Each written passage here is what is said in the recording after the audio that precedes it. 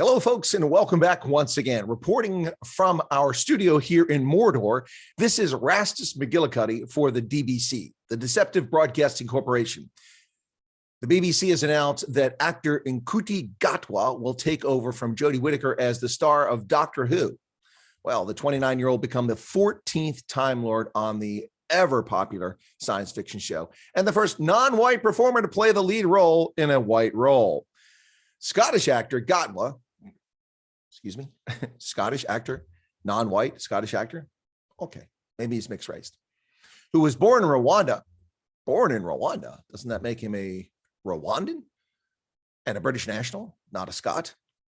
He's best known for starring in Netflix's sitcom Sex Education. Well, I see it's wholesome entertainment is coming to the BBC once again. Doctor Who, a wholesome character. Gatwa will make his debut as the Time Lord in 2023. Now, here's a following quote from an article by Lizo Mzimba, a BBC entertainment correspondent, saying that Ncuti Gatwa is a very shrewd choice for the role. He's incredibly popular with viewers in their late teens and 20s, because we all know that's who has the money and that's who drives advertising and that's who watches these programs. Thanks to Sex Education on Netflix, that's why he's so popular. He has more than 2.5 million Instagram followers, and that's likely to shoot up even further after today's announcement. Yeah, fair enough. It probably will.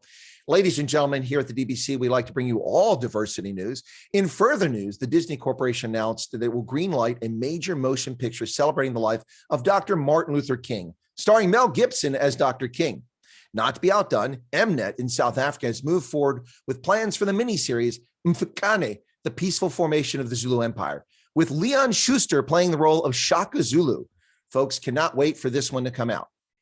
You know, decades ago, Hollywood habitually used so-called white actors like Yul Brynner, Russian, and Werner Åland, Swedish,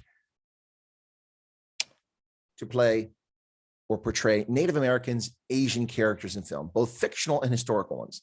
Not to mention the so-called blackface era of Al Jolson in the 1920s, or Justin Trudeau and former Virginia Governor Ralph Northam in the 1980s. All were deeply offensive, not least for preventing Black, Asian, and Native Americans from gainful employment, portraying characters who represented them ethnically. How is this any different? There are other Time Lords from Gallifrey, aren't there? Why not a Dr. Dre as a new Time Lord character? Why cultural appropriation of Doctor Who?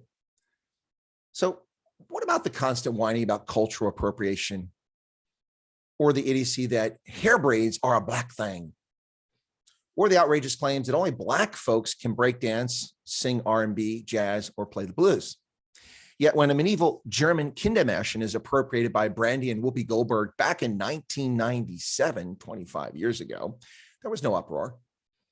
Trust me, folks, Alexander Hamilton, despite being born in St. Kitts in the Caribbean, was not a gay Black man.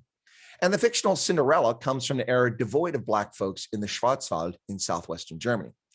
Imagine the outcry if Ryan Gosling were awarded the role of Black Panther, a fictional character just like Doctor Who. Well, folks, thanks for listening to the DBC, the Deceptive Broadcasting Corporation. It's a pleasure to have you join us today, and take care of yourself. For more news and more uproar over cultural appropriation, tune in to Black Lives Matter. I'm sure they'll be happy to share that with you. Cheers.